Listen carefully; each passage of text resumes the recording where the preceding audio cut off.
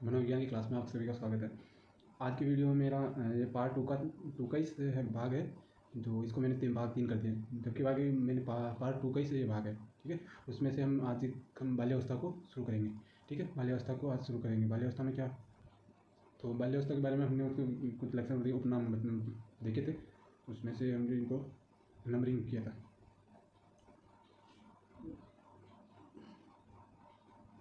देखो, बाल्यावस्था के अंदर है बालकों में हड्डियों की संख्या कितनी हो जाती है, ये याद रखो। कुछ बिंदु याद है, हड्डियों की संख्या कितनी होती है।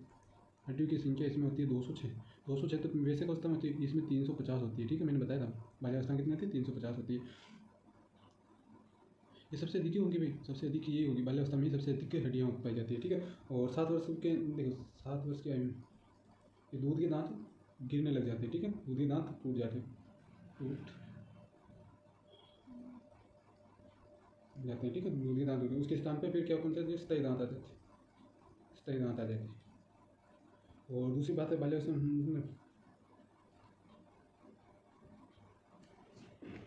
बाल्यावस्था के अंदर मानसिकता का पूर्ण विकास हो जाता है। इसमें है, इस अवस्था के अंदर क्या करता है, इसमें मूर्त चिंतन उत्पन्न हो जाएगा। ठीक है, मूर्त चिंतन मतलब दिखाई देने वाली वस्तुओं को उस पर चिंतन करने लग जाएगा। इसका मतलब वैचारिक काल कहेंगे इसको, वैचारिक काल। ठीक है, ये मैं आपको विशेषता बता रहा हूँ। ठीक है, विशेषता बता रहा हूँ। और इस अवस्था में बालक का क्या होगा, झूठ बोलना या चोरी करना जैसी आदतों, इस अवस्था के अंदर कौन सी होती है, मैंने अभी बताया क्या क्या होता है, झूठ बोलना, चोरी करना जैसी आदतों में ढलने लग जाता है। ठीक है, और इसके में क्या करता है, संवेग नियंत्रण करने लग जाता है, नियंत्रण करने लग जाता है। ठीक है, नियंत्रण करने लग जाता है, संवेग नियंत्रण की क्षमता आ जाती है।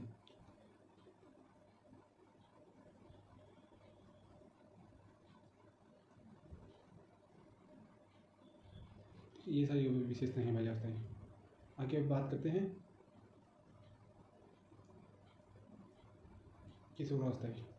ठीक है, किशोरावस्था में क्या होता है, किशोरावस्था की आयु कितनी होती है, देखो इसमें है ना, ये अवस्था कितनी होती है, 12 से 18 वर्ष की आयु, 12 से 18 वर्ष के बीच तथा 20 से 19 वर्ष तक होती है किशोरावस्था। ठीक है, किशोरावस्था तो 19 वर्ष तक होती है। ठीक है, और इसमें जैसे किशोरावस्था के सिद्धांत है वो कौन से, अकस्मात परिवर्तन का सिद्धांत, क्रमिक विकास का सिद्धांत, किंग का सिद्धांत। ठीक है, अकस्मात का सिद्धांत क्या कहते हैं, अकस्मात का सिद्धांत देखो इसी इसके अनुसार ये क्या लिखा हुआ है, इसे देखो अकस्मात यानी कि देखो किशोरावस्था में परिवर्तन कैसे होते हैं, किशोरावस्था में परिवर्तन अचानक या अकस्मात होते हैं। ठीक है, ये सिद्धांत के अनुसार किशोरावस्था का अकस्मात परिवर्तन का सिद्धांत, किशोरावस्था में परिवर्तन अचानक या अकस्मात होते हैं। ठीक है, इस सिद्धांत किसने दिया था, इसको सिद्धांत को दिया था स्टैनली हॉल ने, स्टैनली हॉल ने। ठीक है, स्टैनली हॉल ने कब दिया था, 1904 में। 1904 में स्टैनली हॉल कहाँ के थे, अमेरिका के थे, अमेरिका के थे। ठीक है, अमेरिका के थे, अमेरिका के थे। इनकी पुस्तक का कोई नाम पुस्तक थी, इसमें ये अकस्मात के सिद्धांत का सिद्धांत किसमें लिखा गया था, वो था एडोलोसेंस। क्या था,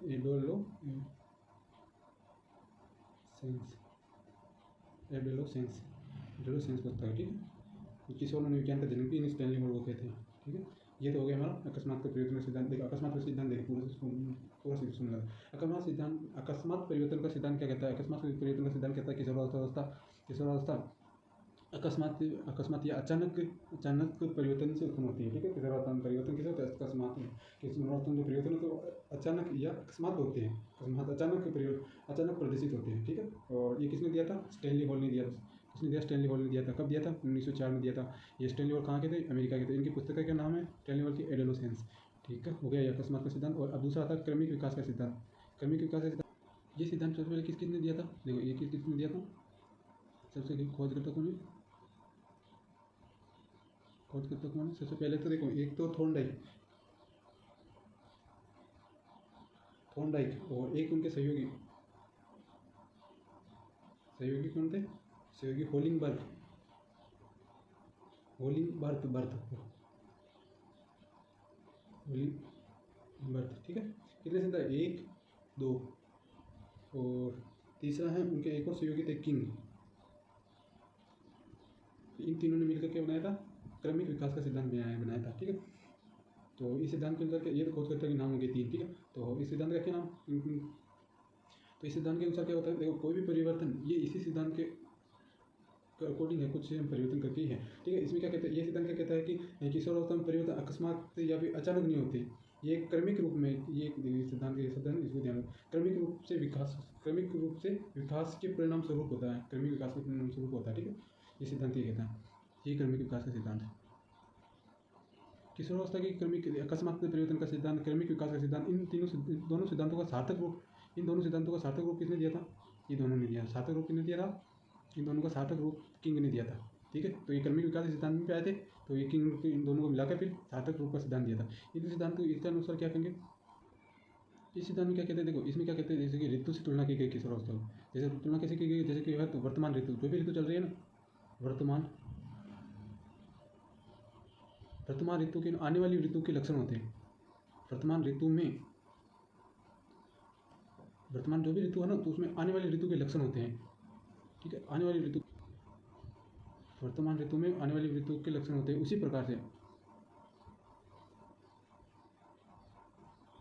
उत्तर बाल्यावस्था में किशोरावस्था के लक्षण होते हैं, ठीक है। ये पहले प्रकट हो जाएंगे, किशोरावस्था के लक्षण किस में प्रकट हो जाएंगे, उत्तर बाल्यावस्था में हो जाएंगे, ठीक है। जैसे वर्तमान ऋतु में आने वाली ऋतु के लक्षण प्रकट हो रहे थे, और उत्तर किशोरावस्था में प्रौढ़ के लक्षण प्रकट हो जाएंगे। तो सार्थक रूप दे दिया था किंग ने, ठीक है। ये किंग का सिद्धांत समाप्त। जलसिद्ध मनोवैज्ञानिक है, तो उनके अनुसार, परिभाषा के अनुसार क्या है, किशोरावस्था बाल्यावस्था से निकलकर आई परिपक्वता की अवस्था है, यानी कि किशोरावस्था बाल्यावस्था से निकलकर आई परिपक्वता की अवस्था है, ठीक है, परिपक्वता की अवस्था। और घनिष्ठ व्यक्तिगत मित्रता उत्तर किशोरावस्था होती है। घनिष्ठ या व्यक्तिगत मित्रता उत्तर किशोरावस्था के लक्षण है।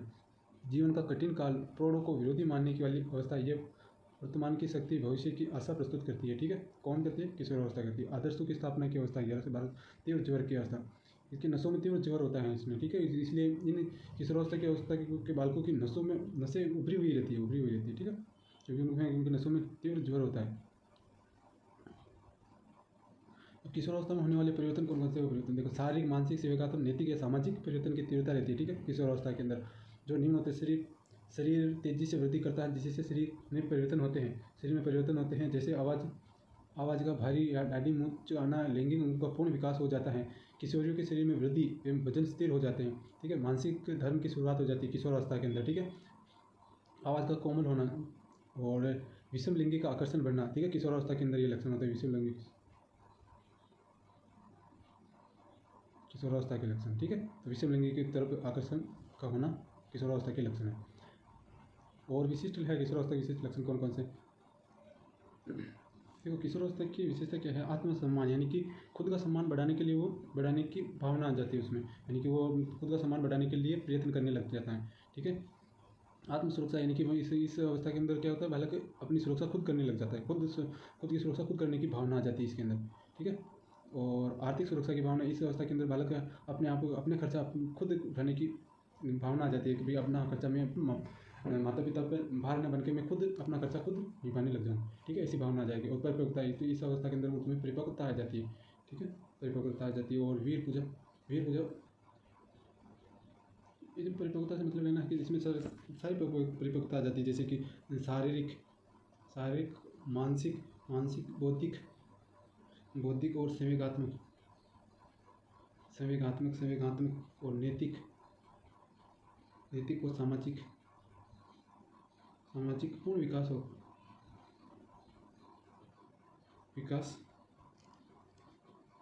विकास होने लगता है ना, पूर्ण विकास होता है, ठीक है, पूर्ण विकास होता है। इसी का नीचे परिपक्वता की अवस्था कहते हैं।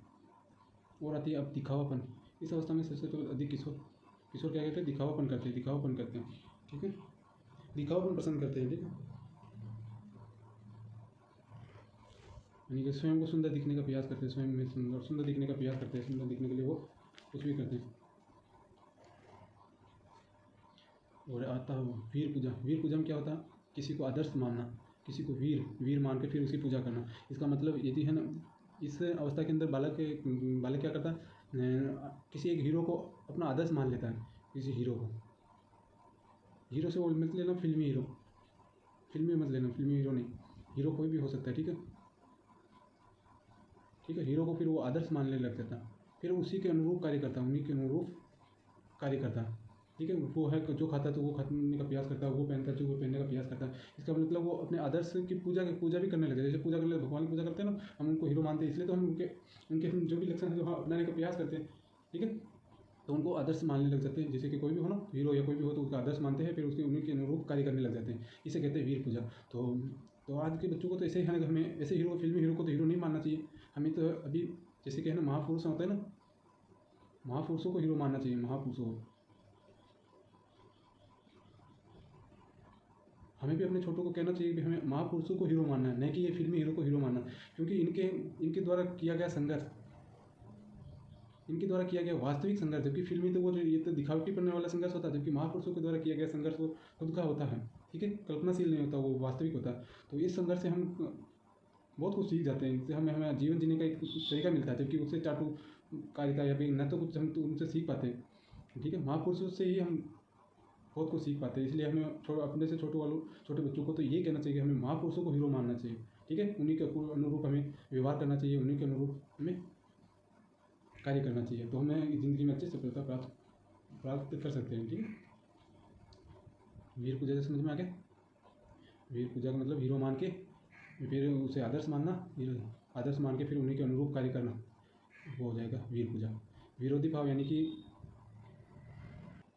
इस अवस्था के अंदर रहते को तीव्र ज्वार होता है इसके अंदर, ठीक है। तीव्र ज्वार यानी कि नसों में उबाल होता है, मतलब जवानी कहते हैं ना, जवानी का जोश, तो वो होता है किशोरावस्था के अंदर। यदि उसे है ना, यदि उसके अनुरूप ज्वार नहीं देता है, उसके अनुरूप कार्य नहीं होता, तो फिर वो गुस्सा हो जाता है, ठीक है, गुस्सा हो जाता है, तो विरोधी भाव उत्पन्न हो जाता है। यदि उसके अनुरूप कार्य नहीं हो तो उसके अनुरूप कार्य न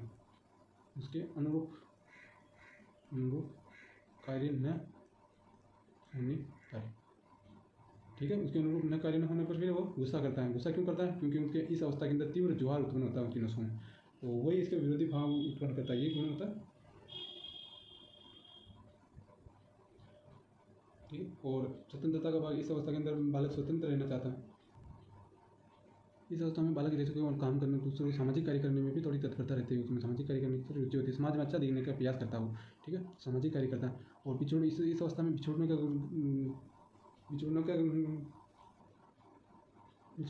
डर रहता है, उन्हें भय रहता है, मित्रता टूटने का भय रहता है इस अवस्था के अंदर, ठीक है। और सहयोगी भावना यानी कि कुछ कभी वो मित्रता यानी कि किसी का सहयोग करने में की भावना भी होती है उसमें,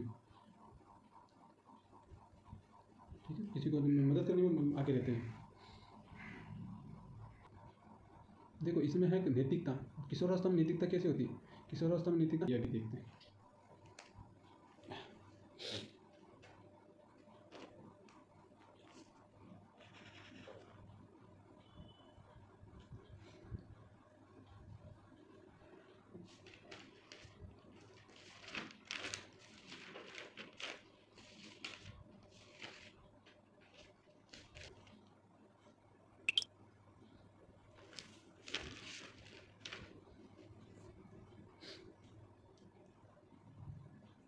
देखो अब मानो सामाजिक विकास का सिद्धांत, ठीक है। इस सिद्धांत पे क्या होता है, देखो इसमें इसकी मुख्य बिंदु क्या है। सबसे पहले तो ये देखना इस सिद्धांत के हैं कि 8 अवस्थाएं हैं, ठीक है। इस सिद्धांत को 8 अवस्थाओं को बांटा गया, इस सिद्धांत को 8 अवस्थाओं में बांटा गया, ठीक है। इस सिद्धांत कितने अवस्थाओं? 8 अवस्थाओं में बांटा गया। इस सिद्धांत किसने दिया था? एरिक्सन ने दिया था। इस सिद्धांत को 8 अवस्थाओं में बांटा गया, और इस सिद्धांत की खोज किसने की थी? एरिक्सन ने 1902 से 1994 के बीच कितने की थी? जर्मन अमेरिका में की थी, ठीक है। प्रभावित इस सिद्धांत से कौन प्रभावित होता? मनोविश्लेषण। ये प्रभावित किससे हुए थे प्रभावित? ये मनोविश्लेषणवाद सिद्धांत किसने दिया था? ये सिगमंड फ्रायड ने दिया था, ठीक है।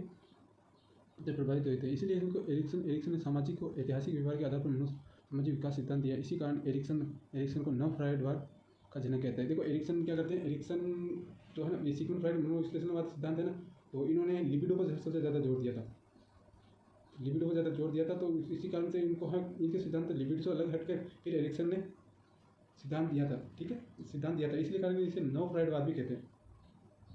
फ्राइड वैज्ञानिक ने लिबिडो पर ज़्यादा ध्यान दिया था, उन्होंने अपने सिद्धांत में लिबिडो ज़्यादा ध्यान दिया, इसलिए फिर एरिक्सन ने फ्राइड के सिद्धांत से अलग हटकर, लिबिडो से अलग हटकर फिर उन्होंने एक अलग सिद्धांत दिया। इसी कारण से एरिक्सन को क्या कहते हैं, नव फ्राइडवाद कहते हैं, नव फ्राइडवाद का जनक कहते हैं, क्योंकि उन्होंने सबसे पहले इनकी खोज की थी, ठीक है। तो चलो आज सिद्धांत पर चलते हैं।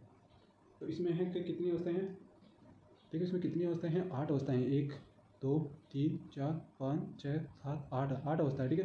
तो इन्होंने अपने इन 8 अवस्थाओं को नाम दिए थे। पहली अवस्था थी गुदी अवस्था, तीसरी देखो नहीं पहले थी मुख्य अवस्था, दूसरी थी गुदी अवस्था, तीसरी लैंगिक अवस्था, गुप्तावस्था, सुप्तावस्था या सुप्तावस्था, और तीसरी की 5वीं अवस्था थी किशोरावस्था, और 6ठी पूर्व प्रौढ़ावस्था, और 7वीं प्रौढ़ावस्था, और 8वीं वृद्धावस्था, ठीक है।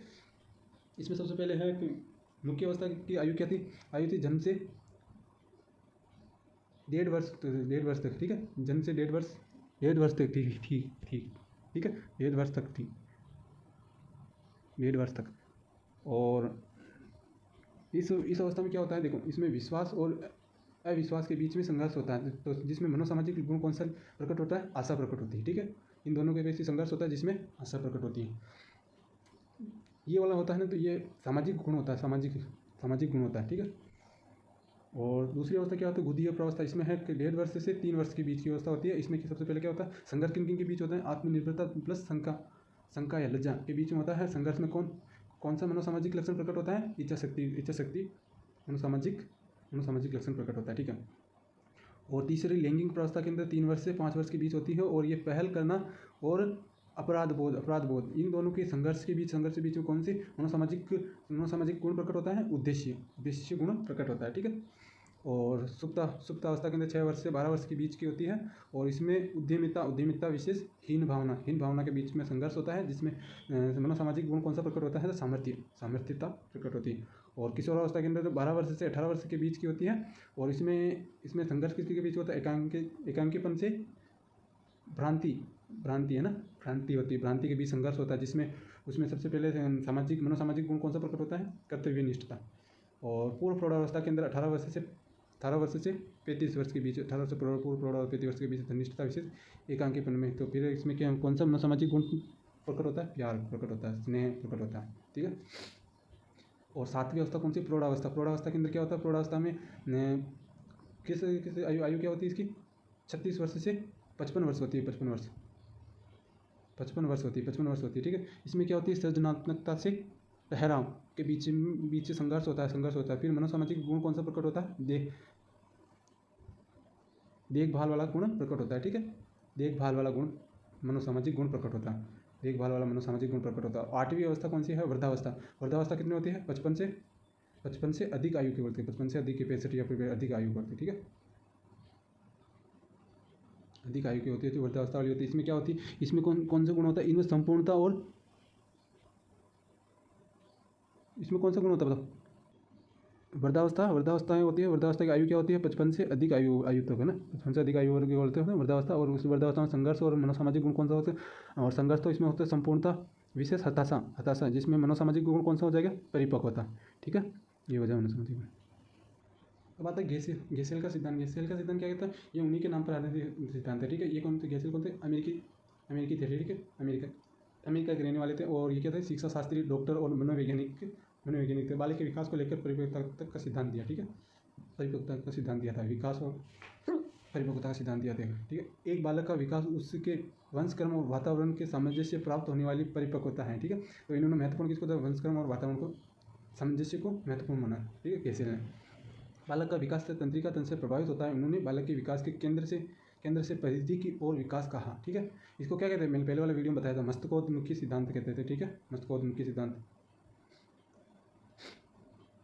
इनके सिद्धांत के कुछ शब्द हैं, ठीक है।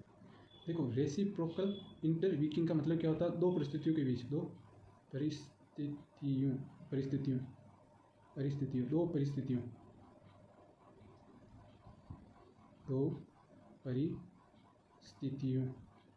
परिस्थितियों के बीच सामंजस्य सामंजस्य सामंजस्य सामंजस्य दो परिस्थितियों के बीच सामंजस्य बनाने क्या कहलाता है?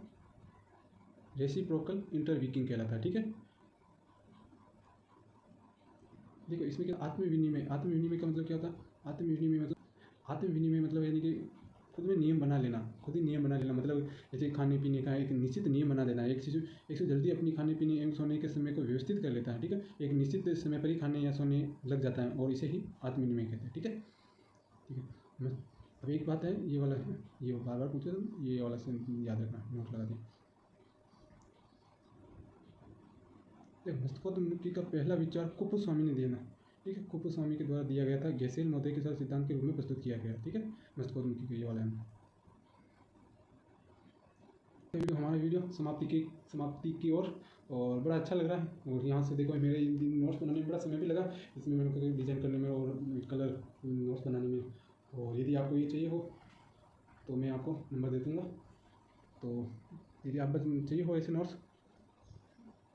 तो बता देना। ठीक है, आपको भेज दूँगा, मेरे टेलीग्राम चैनल है तो उसमें आपको मिल जाएंगे। तो आज की वीडियो के मेरे जो 2 भाग बना दिए मैंने, वर्धीय विकास के 3 वीडियो बन गए मेरे। तो तीनों वीडियो देखिए और उसके प्रश्न मैंने हर वीडियो के अंदर हर प्रश्न बनाए थे, तो उसको हल करते रहिए। अच्छा हो जाएगा, आपको समझ बढ़ जाएगी, आपके मनोविज्ञान अच्छी समझ बन जाएगी। ठीक है, तो मैं आज के वीडियो के प्रश्न तो पॉज करके आप आराम से देख सकते हैं। मैं एक बार इसको दिखा देता हूँ, फिर आप अपना मूल्यांकन स्वयं करिए और मैं आपको ये बता देता हूँ, इसके सारे प्रश्नों के उत्तर बता दूँगा। ठीक है, धीरे बता रहा हूँ, जो आप देख रहे हैं इसका तरह। विकास के संबंध में कौन सा कथन सही नहीं है? ठीक है, विकास की प्रत्येक अवस्था में जोखिम रहता है। अवस्था लिखना है यहाँ। ठीक है, अवस्था में जोखिम रहता है। ठीक है, यहाँ अवस्था लिखना। विकास भीतर से बाहर की ओर होता है। बालक बालिका में विकास की दर समान होती है। विकास में परिपक्वता अधिगम की भूमिका होती है। कौन सा सही है इसमें? बालक बालिका में विकास की दर समान होती है। देखो कौन सा सही, ये याद रखना, ये वाला नोट करना ही नहीं है। ठीक है, देखो बालक बालिका में विकास की दर समान होती है, समान नहीं होती है। ठीक है, ये वाला इसमें, बाकी सब स्टेटमेंट सही है, यही गलत है। जन्म के समय बालक में सबसे पहले उत्तेजना पैदा होती है, उत्तेजना से रोता है। ठीक है, बालक। मनोविज्ञान ने किसने कहा था? ये किसने कहा, बताओ? जन्म के समय बालक में सबसे पहले उत्तेजना पैदा होती है, किस मनोवैज्ञानिक ने कहा था? तो ये ब्रिजेश ने कहा था। ठीक है, बालक में जन्म के समय हड्डियों की संख्या कितनी होती है? बताओ। 206, 300 हड्डियाँ, 270 या 200 हड्डियाँ? बताओ कौन सा आंसर सही है इसमें? 270 होती हैं। ठीक है, जन्म के समय शिशु का मस्तिष्क होता है। जन्म के समय शिशु का मस्तिष्क होता है कागज पर उकेरे हुए अक्षरयुक्त कागज पर उकेरे हुए अक्षरयुक्त, दोनों सेम है। ठीक है, कोरे कागज के समान, टेबुलर रास्ता या इनमें से कोई नहीं? बताओ कौन सा आंसर सही है? ठीक है, बालक में शारीरिक क्रियात्मक विकास की दिशा होती है। सिर से पैर और शरीर के बाहर से मध्य की ओर, सिर से पैर तथा शरीर के मध्य से बाहर की ओर, या पैर से सिर या शरीर के बाहर से मध्य की ओर, या पैर से सिर या शरीर के मध्य से बाहर की ओर? बताओ आंसर कौन सा सही है?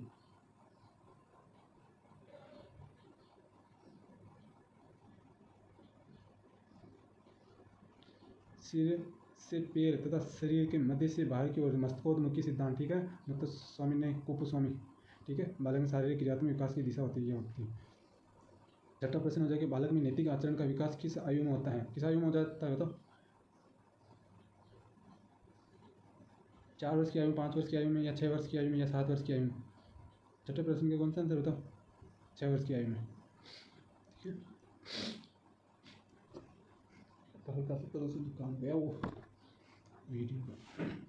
संज्ञानात्मक विकास से तात्पर्य है संज्ञानात्मक ज्ञान यानी ज्ञानेंद्रिय से प्राप्त ज्ञान, सत्य ज्ञान। ठीक है, व्यापक ज्ञान, संपूर्ण ज्ञान।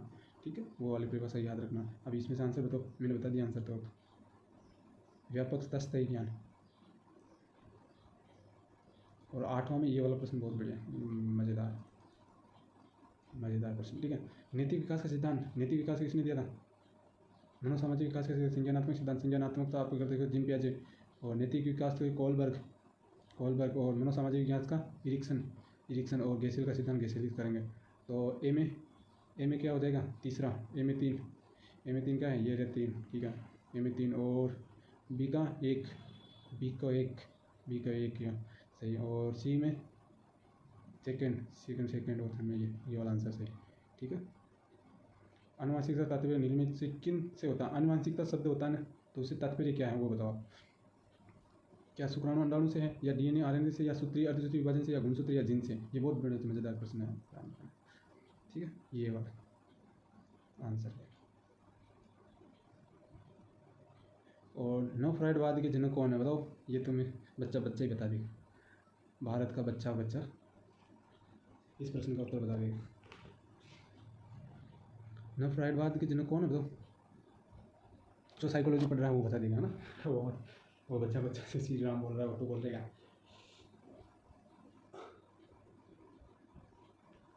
इसमें से ये हो जाएगा एरिक्सन।